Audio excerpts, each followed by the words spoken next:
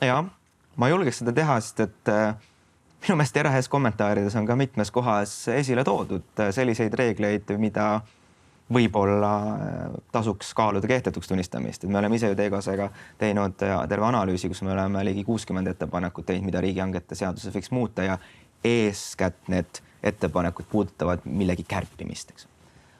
Aga no näiteks üks hea näide, et miks riigihanked on olemas. Nad on tüüpiliselt ikkagi nagu olemas selleks, et jõuaks lepinguni ja saaks nagu majanduslikult soodsama pakkumuse ja saaks hakata seda tööd tegema, mida hankija soovib, et tehtaks.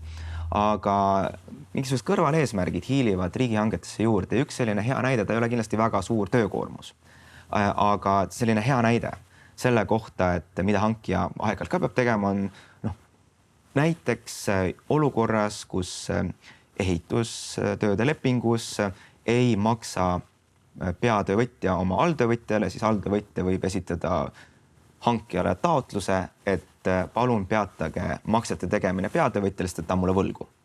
Ja see tähendab seda, et hankija peab hakkama analüüsima, et mis siin toimub peatöövõtja ja alltöövõtja vahelistes suhetes. See ei ole enam otseselt, eks ole, seotud riigihanke õigusega. See on mingisugune muu eesmärk, mida me riigihangete kaudu tahame edendada.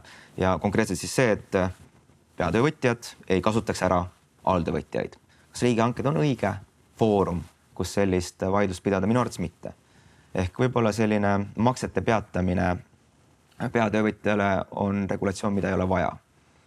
Näiteks keskmise palga tõendite küsimine riigihangetes. Olukorras, kus meil ei ole riigihangetes kohustust maksta töötajatele keskmist palka. Et ometi meil on seaduses säte, mis ütleb, et kui see keskmine töötasu sellel pakkuja puhul jääb seal alla mingisugust piirmäära, et siis peaks alustama kontrollimenetlust, et ma ei tea, kas siis tegemist on alapakkumusega või et ma ei teagi, kuhu suunata, et kuhu peaks nüüd siis hankija suunduma sellise siis kontrollimenetlusega. Et meil on, mina oleks veel edasi, et alapakkumus. Jah, see on Euroopa Liidu poolt meile ette antud selline normistik, me peame seda vähemalt rahvusvaheliste hangete puhul arvestama, aga lihthankes arutada selle üle, et kas pakkuja tuleb oma kulude ja tuludega välja, sageli ebavajalik. Sest et võib-olla pakkuja on tahtnud lihtsalt referentsi ja ütleb, et ta teeb ka oma hinna selle töö. Ja kui ta ei ole turgu valitsevas seisundi, siis miks ta ei võiks seda teha? Et see on normaalne turumajandus.